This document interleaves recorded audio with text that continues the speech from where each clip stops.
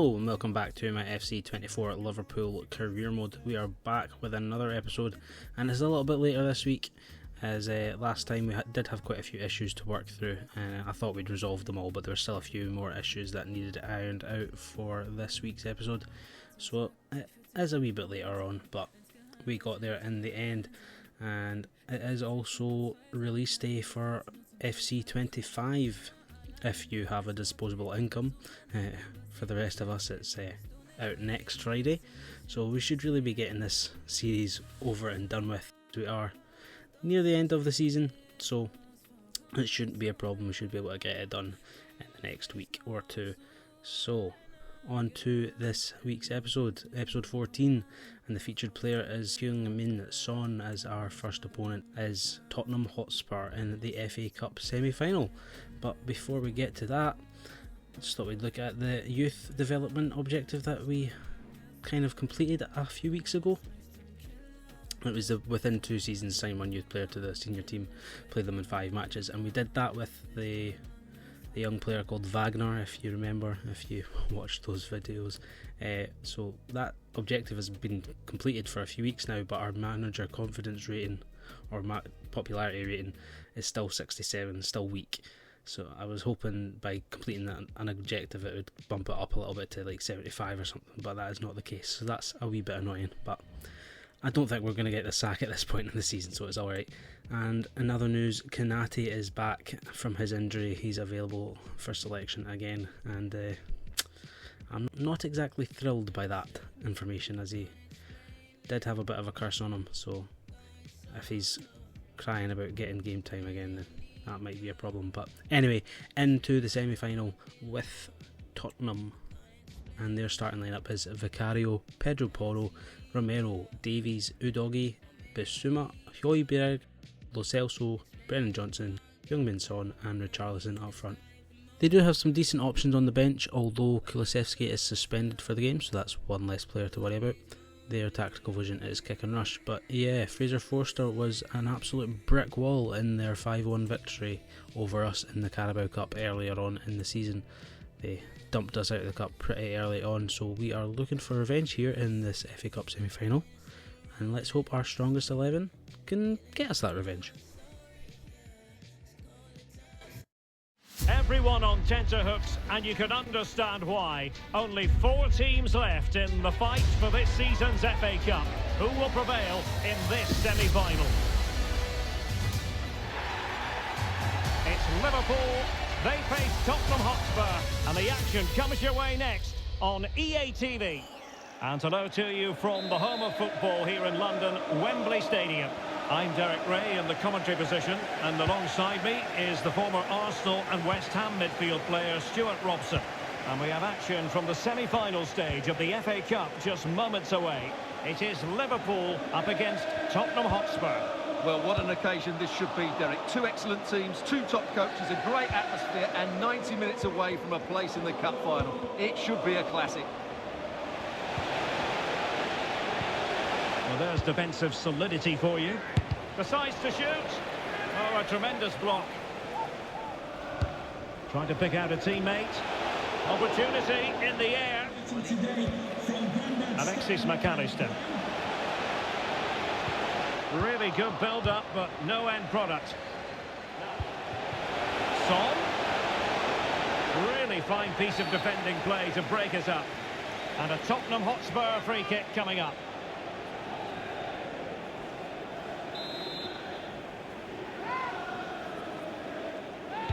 And deciding to cross here, Son.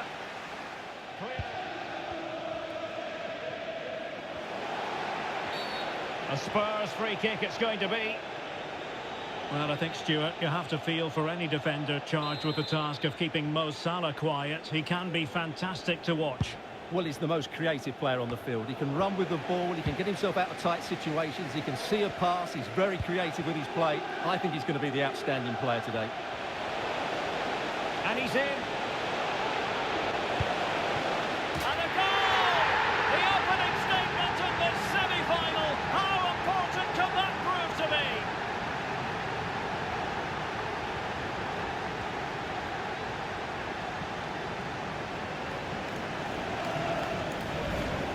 Well, let's look at this again, Derek, because the transition when the ball changes hands is so quick, and the timing of the run is just as good. As for the finish, it was never in doubt.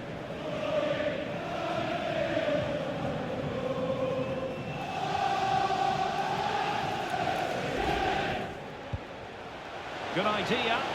Richarlison. Son. He has time to play it over. Son. Can they square the game? Oh. He's driven in the corner. Well, still an issue here. Surely. Oh, and he puts away the second chance. Goalkeeper error.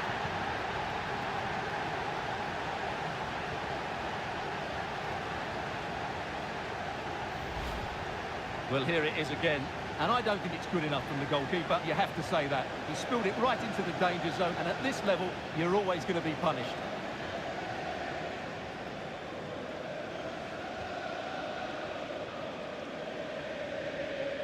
Playing again here. Liverpool in a position of menace. Good vision. Can he get onto this?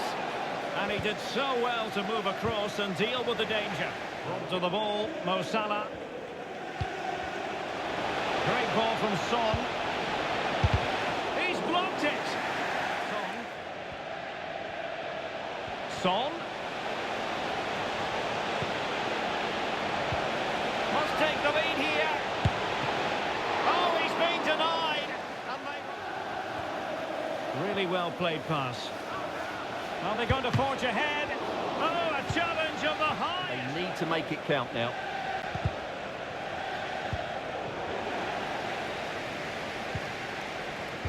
Trying to open them up. It should be. And a goal! How important could that be in the story of this semi-final? Wild celebrations.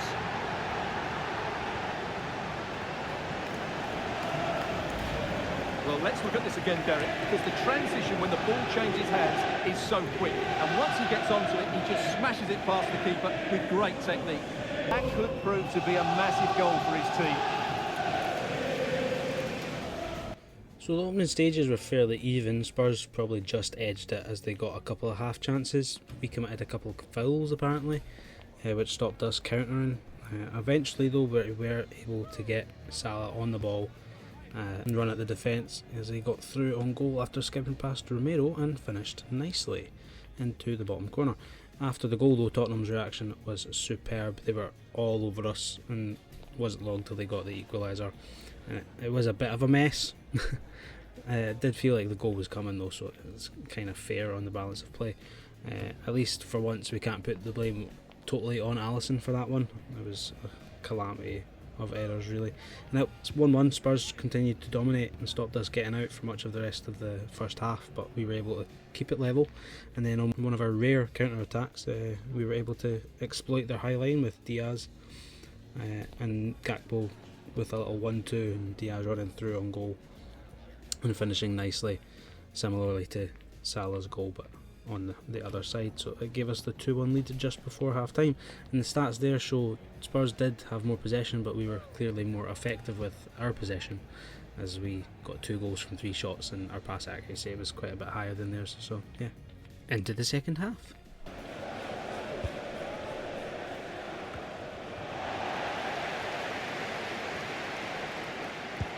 Excellent vision. Real chance. In it goes! And the second time of asking, and the keeper feels hung out to dry.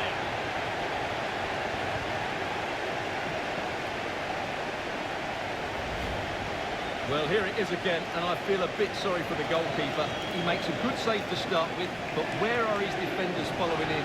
Instead, it's the attacker who's alert. He gets to the ball first, and it's a good finish.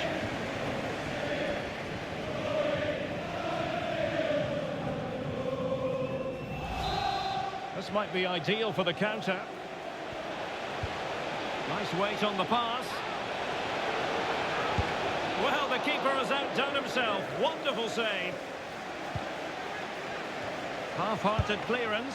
Oh, tremendous reflex action there from the keeper. Well, he didn't have long to react, did he? But that's a top-class save, I have to say.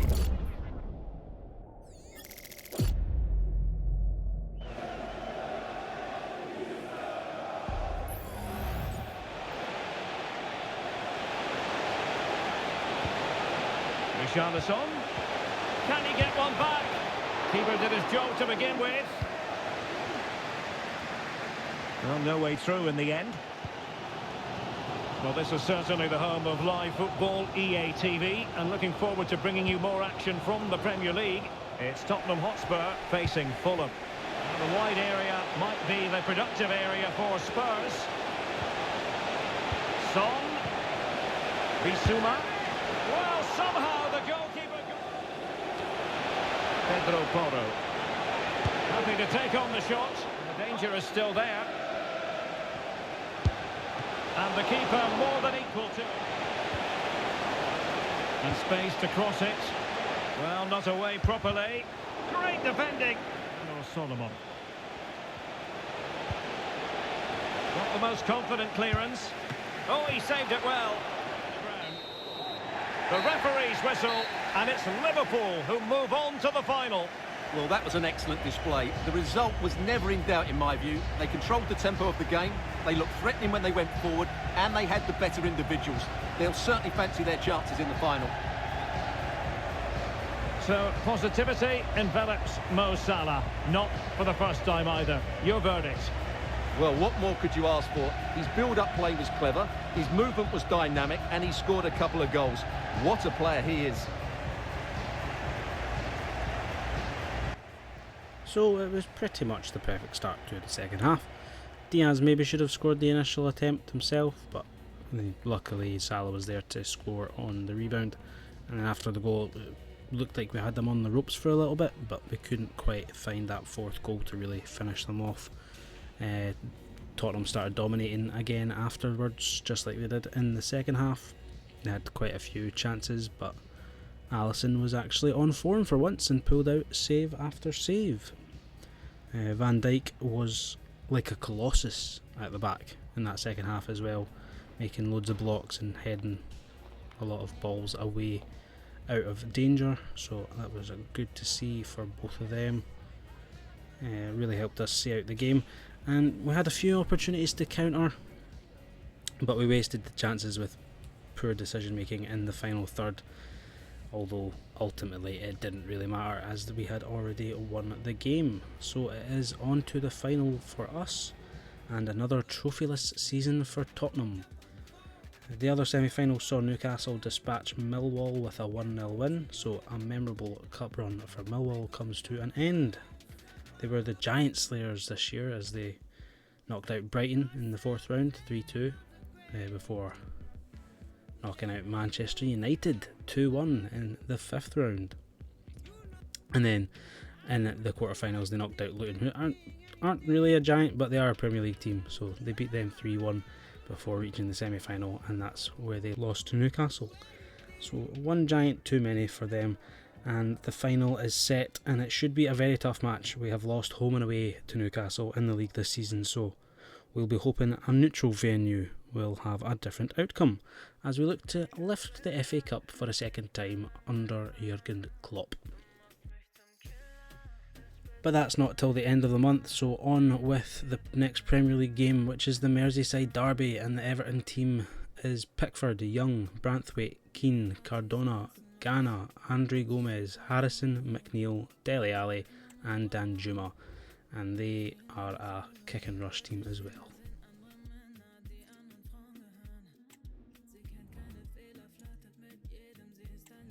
We didn't make any subs in that semi-final, so there's a few tired bodies which we will need to change, but first I'm changing the kit because there's no reason for Liverpool to be playing in their away kit against Everton. Red versus blue is a tale as old as time. So yeah, it's only Everton as well, they're 16th in the table, so they're not that much of a threat, so we can afford to rest up a bunch of players. And we were originally going to put Kwanzaa on, but we thought we'd give Matip a rare chance to show his stuff. most of the changes are Hincapi, Matip, Bradley, Endo, Gravenberch. Dans, we gave him a chance up front with Nunez on the left. So let's see what some of these guys can do. Salah, McAllister, Robertson and Alisson are the only guys to keep their spots in the team from the FA Cup game, and Alisson gets the captaincy for this one. So into the Merseyside derby.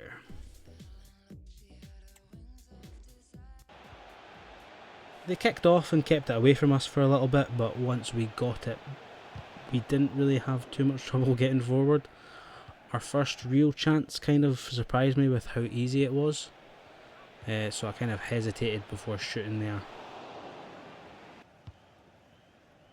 Instead of shooting first time, and Pickford made the save, so we didn't have to wait too much longer though, as McAllister crossed it in for Nunez there to power in the header.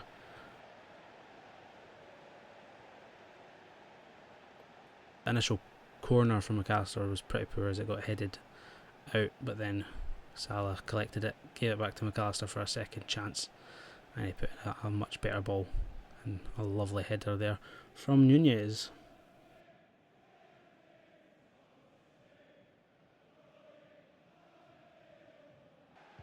They were posing no real threat, to be honest.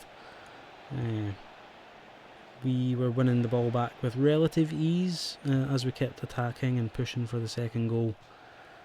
Came close a few times, but couldn't quite score. There was a chance for Darwin to score another header, but good defending meant he was unable to do so. And then Dans with some good pressure there wins the ball back high up the pitch, and then Gravenberch sends him through, and finally we find that second goal with a nice little finish there from Dans into the bottom corner, and good for him to get a goal as well. Boost the confidence.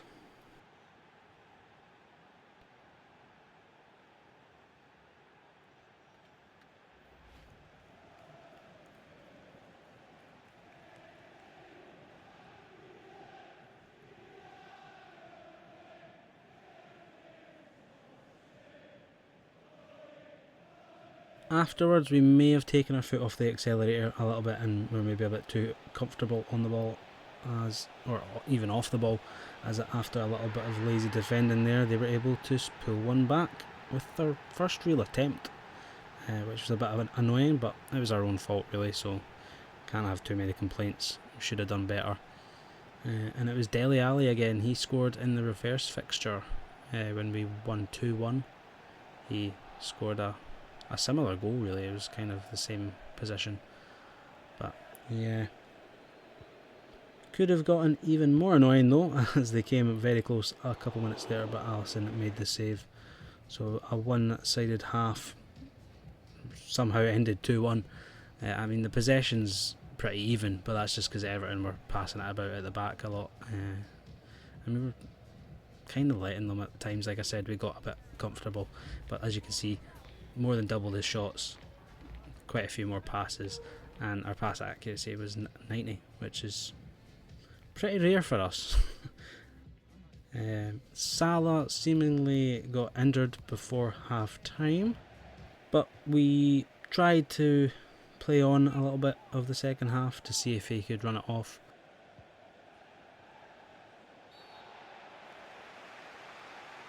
An early, perhaps surprising, red card for Cardona there after a poor challenge. Gave us a free kick in a dangerous position, and you just see on the replay there it is a pretty poor tackle from behind, quite high up the leg, so we got a dangerous free kick, and Nunez was not able to convert from the cross from McAllister that time. And a little teaser there for you to see what game's up next. West Ham.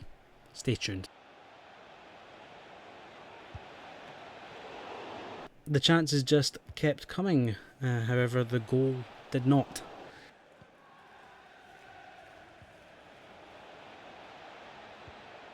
Salah on the volley there. As you can see, it's been about 15 minutes and he's still not recovered from that injury, so we do sub him off shortly. But yeah, we had quite a few chances, but just couldn't find that killer goal And a shot from the range there from Gravenberg's blocked. He tries to recycle it, and it's a poor ball picked off. And then Everton launch a rare counter-attack. Danjuma there skips past a few players, and Matip did what he thought he had to do, and he brings him down and gets himself a red card as well. So teams are level again, 10v10. From the free kick, Ashley Young came fairly close, not really, about a yard or two away from the goal, but close enough. Decent effort. But after that, it was business as usual. There we are, making the sub because Salah couldn't recover. Elliott and Doak came on. Dan's had a decent game and was getting a bit tired, so I thought we'd take him off as well. So Nunez was then through the middle, and he set up Elliott there for a decent chance, but he couldn't convert. And then he had another header which he couldn't convert again. And then Doak trying to set up Elliott this time, but Pickford wasn't having it. He was determined to keep the game at 2-1. But then after a random cross into Elliott, we somehow got a penalty.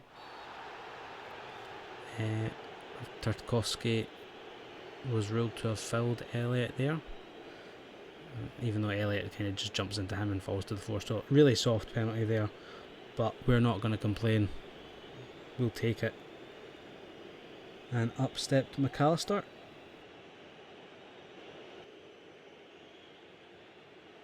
And he put it straight down the middle, converting it, making it 3-1. Finally, the goal that had been coming from most of the game. Finally, in the back of the net.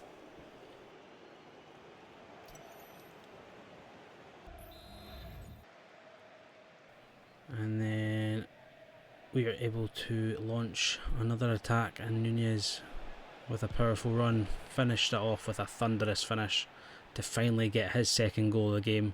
He'd had plenty of chances, but finally he was able to put it in the back of the net and really finished off the game, making it 4-1.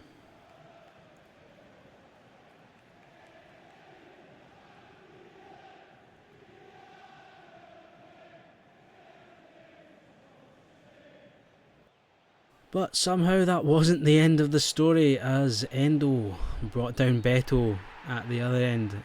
This time a penalty for Everton and a yellow card to go with it as well for Endo.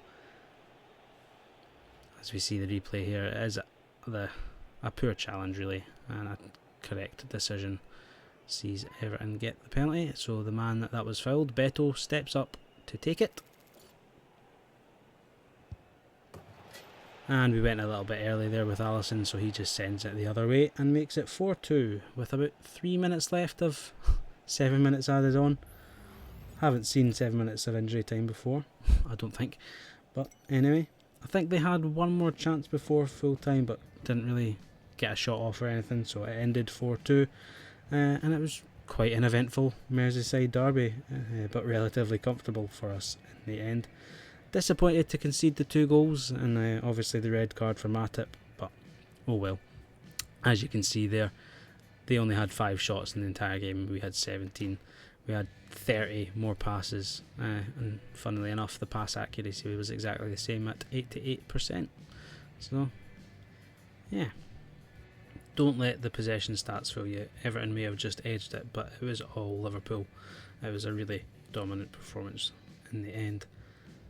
So moving on, as was teased, West Ham is up next, but before we get into it, Salah obviously got injured in that game, but luckily it is only for 5 days, so he'll miss the West Ham game, but he'll be back in time for the Europa League semi-final first leg with Ajax. But until then, the West Ham team is Areola, Soufal, Ogbonna, Aguerd, Cresswell, Alvarez, Soucek, Bowen, Ward-Prowse, Paquetá and Nketiah, who obviously went to West Ham in January. And they are also a kick and rush team, and they're in quite poor form. Only one win in the last 5, the rest are losses, so hopefully we shall get the win here as well. And the only real change for the team is Elliott coming in for the injured Salah. The rest is pretty much the strongest 11.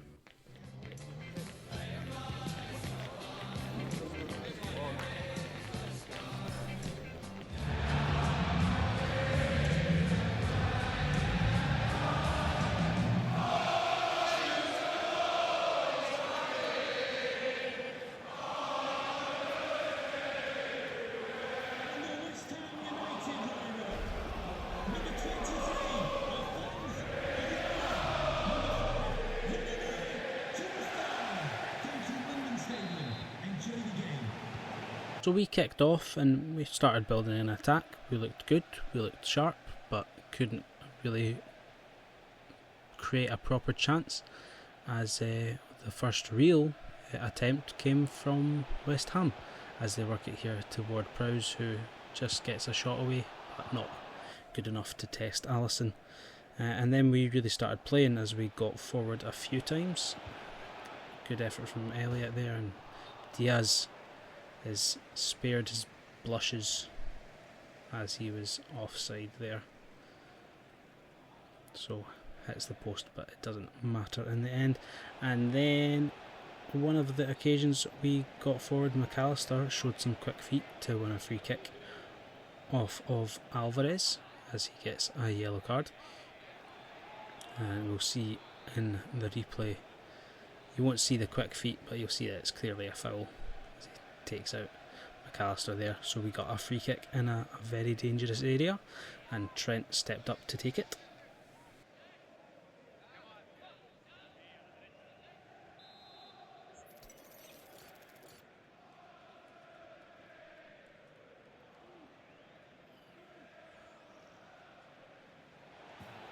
And he curled it right into the top corner. I thought I might have put too much power into it, but it was perfect.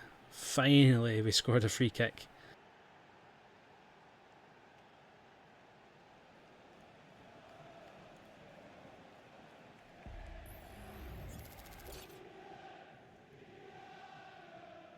I'm a bit disappointed in the replays that are shown, because this one's like from a low angle, but the initial angle where we take the free kick is pretty low angle anyway, and in this replay you don't even see it go in the net. So pretty poor replays, but oh well, it was a good free kick anyway. But then after that, the rest of the first half was fairly comfortable. We had a few half chances, a couple long range efforts, nothing too difficult for the keeper. As we just work it around here, Benacer gets to Gakpo, and Szoboszlai with an effort here that goes wide of the goal. That was one of our better efforts.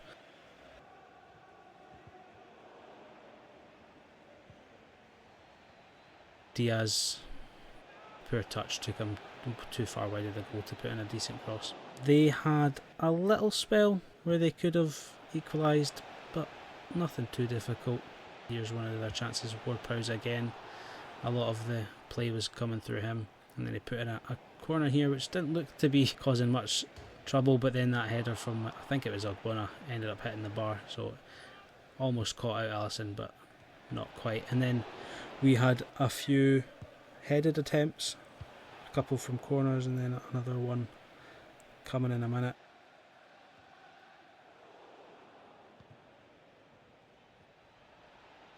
Elliott whips it in, and it's Robertson of all people heads it, but it just goes wide of the post. So yeah, a few chances, but nothing too difficult for the keeper, like I said before.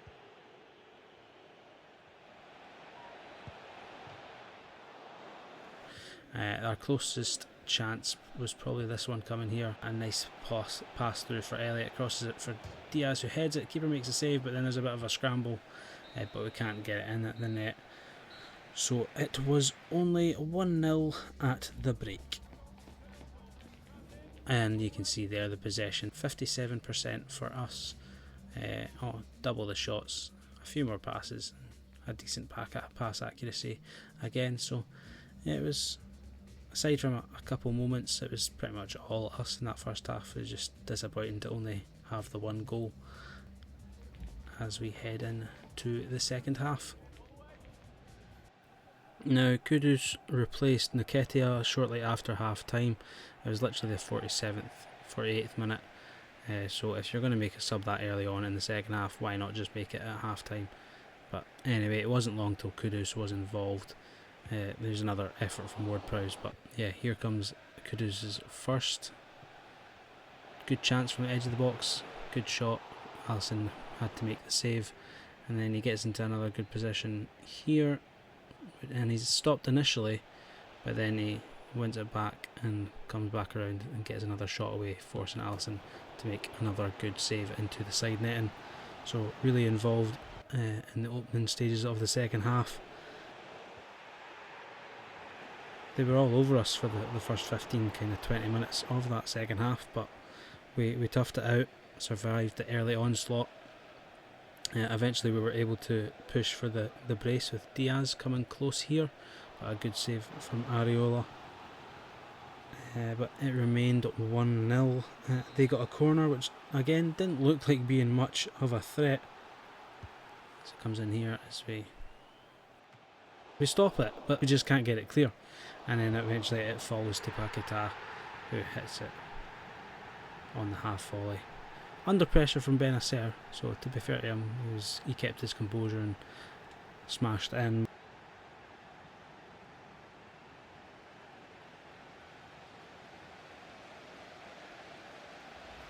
Just couldn't get the ball away. Alisson probably didn't need to make that save, which then fell to Paquetá, but ah well. We made some subs with the Europa League semi-final in the back of our minds.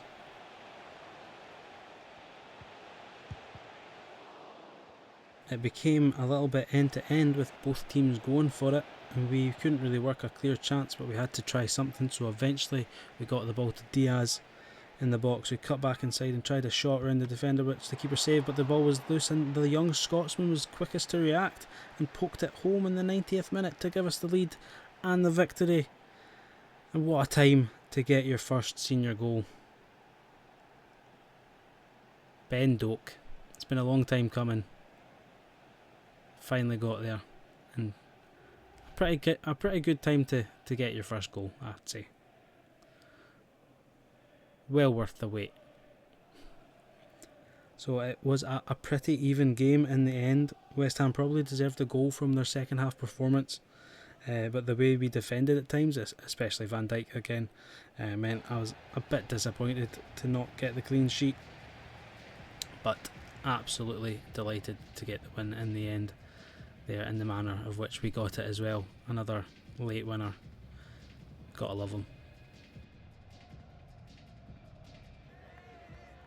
So yeah, we were 57% possession for us at half time, so West Ham really had a good second half performance there and ended up very even.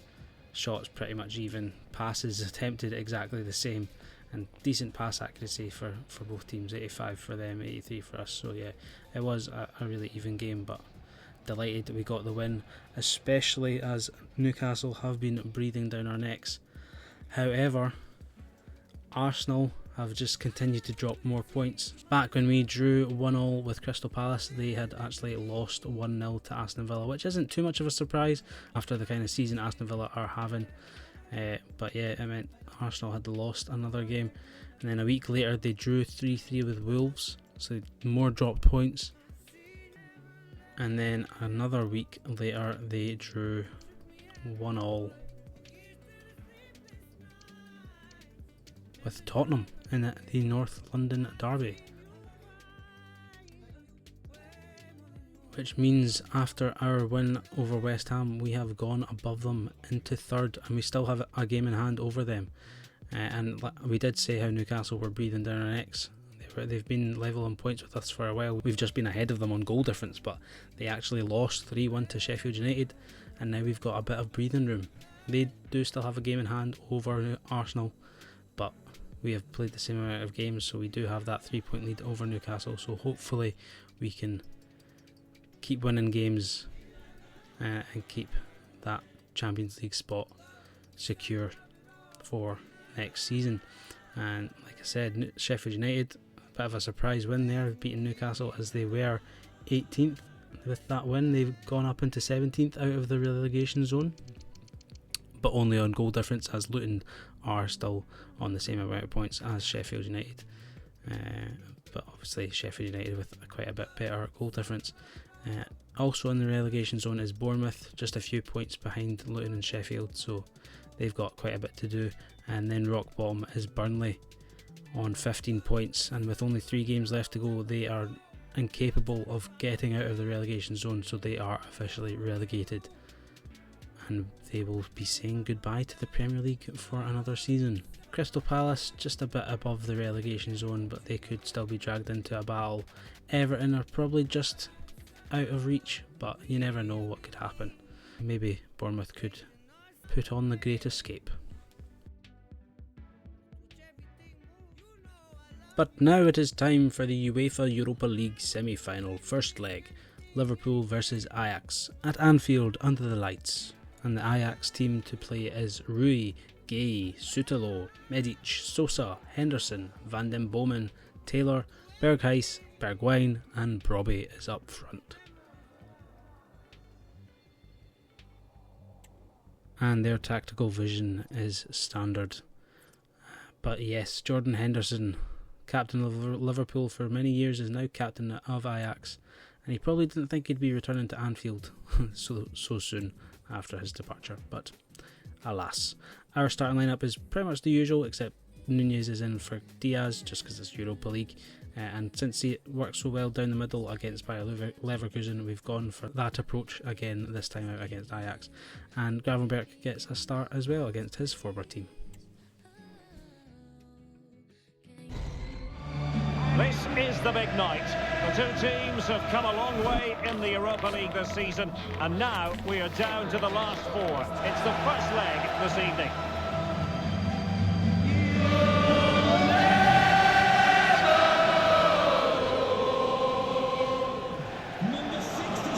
We're live on EA TV.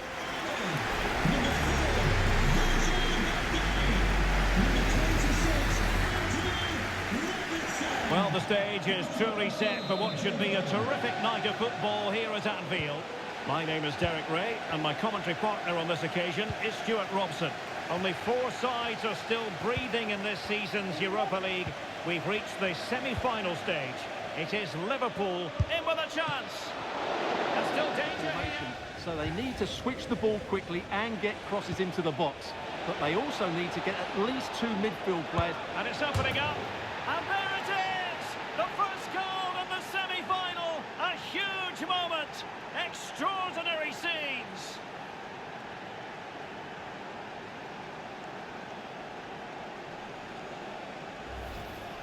Well, here it is again, and it's a superbly weighted through ball to break that defensive line. But there's still plenty to do from here. He hits it so well, though. Lots of pace, lots of power, and the keeper just can't react in time. It's a great strike. Physical strength to hang on to it. Moving the ball nicely, looking for that final pass. Kenneth Taylor.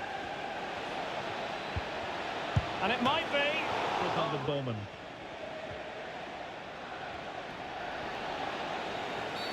Well, that's a foul.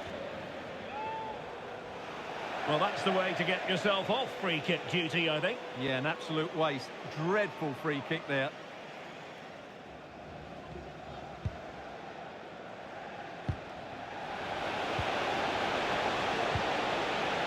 Gakpo. And a chance to level it. Goalkeeping of the highest. Playing it in. Oh, a very fine header. Who's going to get on the end of it? Terrific block there.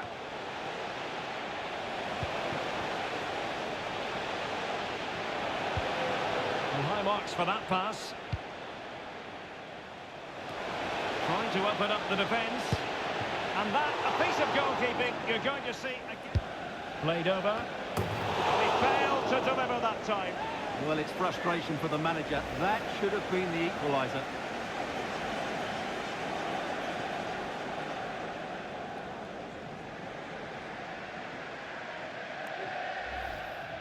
Andrew Robertson. And space on the wing for Liverpool. And Salah! He's gone and found the net! Brilliant piece of finishing! Magnificent goal!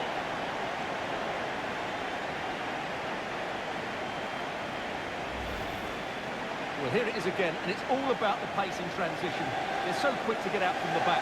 And what a clever bit of play it is from Salah, both with his movement and his finish. That's a nice goal.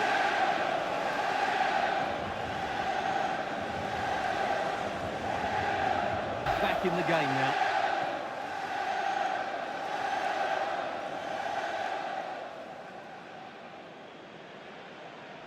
I thought we actually started quite well. We had an early chance and we were pressing quite well, but then they beat the press and got out and got through, and Robbie had, I think, pulled Hincapié out of position and then ran past him, and then was played onside by Van Dijk, maybe even Robertson. So it was a good run from him, and Hincapié couldn't get back and get round in time. Robbie just held him off, he was too strong, and then poked it in the far corner and off the post, and just like that it was 1-0. And I realise now I forgot to say Hincapié was another one of the changes to the starting 11. He comes in place of Gomez just for a little change to see if he's got what it takes. Gomez can be rested for the next league game. But yeah, Ajax really took control after that. They kept us penned in. We literally couldn't get out. They were winning all the 50-50s. They were just too strong for us. And despite their dominance, though, they didn't really have too many chances. I mean, Alisson did make a couple of saves, but they weren't too threatening. We finally got out, though, with half-time approaching, able to create a few chances, and we thought it was just going to be something we'd be able to build on in the second half. But with one last attack, Nunez picked out Salah, who was wide open somehow, and he fired it in on the volley to take us into half-time on level terms. And the stats show, possession-wise, they were utterly dominant, but we had more attempts on goal. So, strange game.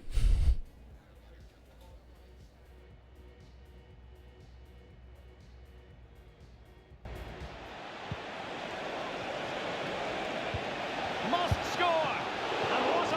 Virgil van Dijk. Possession on the back of that particular challenge. Will the referee let the matter rest there? And a yellow card for that, Stuart. And he's going to have to be careful now. That was a silly challenge. Robertson. Now delivering that deep cross.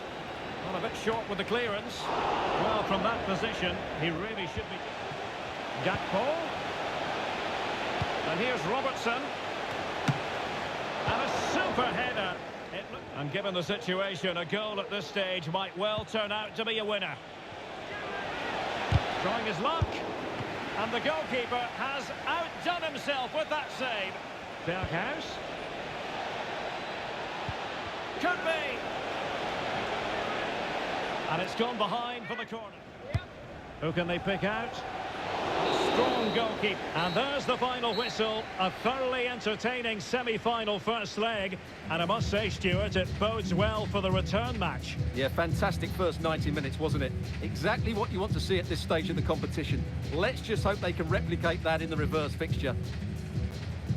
So, positivity envelops Mo Salah. Not for the first time either. Your verdict? Yeah, he was their best player today, and it was no surprise that he got the equaliser. It was a really good finish. The commentators were waxing lyrical about how good the game was, but I thought it was really poor, to be honest. A lot of the play in the second half went nowhere. There were a few chances for either team, but they kind of just came from nothing. There wasn't any real nice plays. They tested Alisson a couple of times, forcing him into some good saves, but aside from that, they didn't really do much with their 63% possession. Our best chance was probably that Gakpo header, where he was wide open, and it just went wide. He really should have hit the target at the very least, but oh well, a draw will do. Would have really have liked a decent win to give us a comfortable second leg. We could have given some other players a run out, but there were tougher opponents than we were expecting, so that's our own fault, really. You should never underestimate your opponents.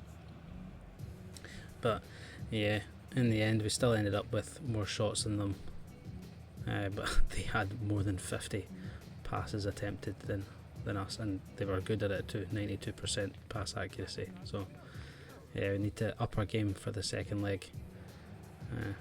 Hopefully we'll get the win and get us to the final. But that'll pretty much do it for the episode. But just before we go, we'll look at some of the other first leg results, starting with the Europa Conference League, as KAA Ghent had a 2-0 victory over Victoria Pilsen. That was in Victoria Pilsen as well, so that's a good away win for Ghent. And then Club Brugge with that narrow 1-0 victory over Lille in Lille as well. So a couple of second legs to look forward to. As we know, we drew 1-1 with Ajax, but in the other Europa League semi-final it was 0-0 between Rangers and Roma in Rome, so that's a really good result for Rangers, and maybe they can build on that and get an even better result at Ibrox.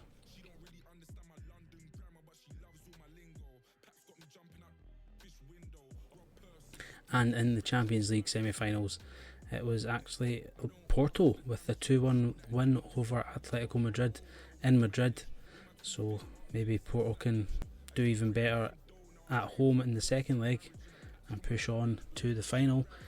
Whereas in the other semi-final it was Inter versus Real Madrid, and Real Madrid with that 1-0 victory. So it's a narrow 1-goal margin taking them into the second leg at the San Siro, so that one should be very interesting. But that is going to be it for this episode. I think we had a decent run of fixtures today. We got a good win against Spurs in the semi-final of the FA Cup, which sets up a good final with Newcastle. We had that eventful Merseyside derby, and that late winner against West Ham capped off a couple of good wins in the league before our Europa League semi-final first leg with Ajax, which proved to be a bit more difficult than we were expecting, so it sets up a tasty second leg along with all the other semi-final second legs in all the European competitions, which we'll see how they play out next week. So I hope to see you in the next one. Thanks for watching.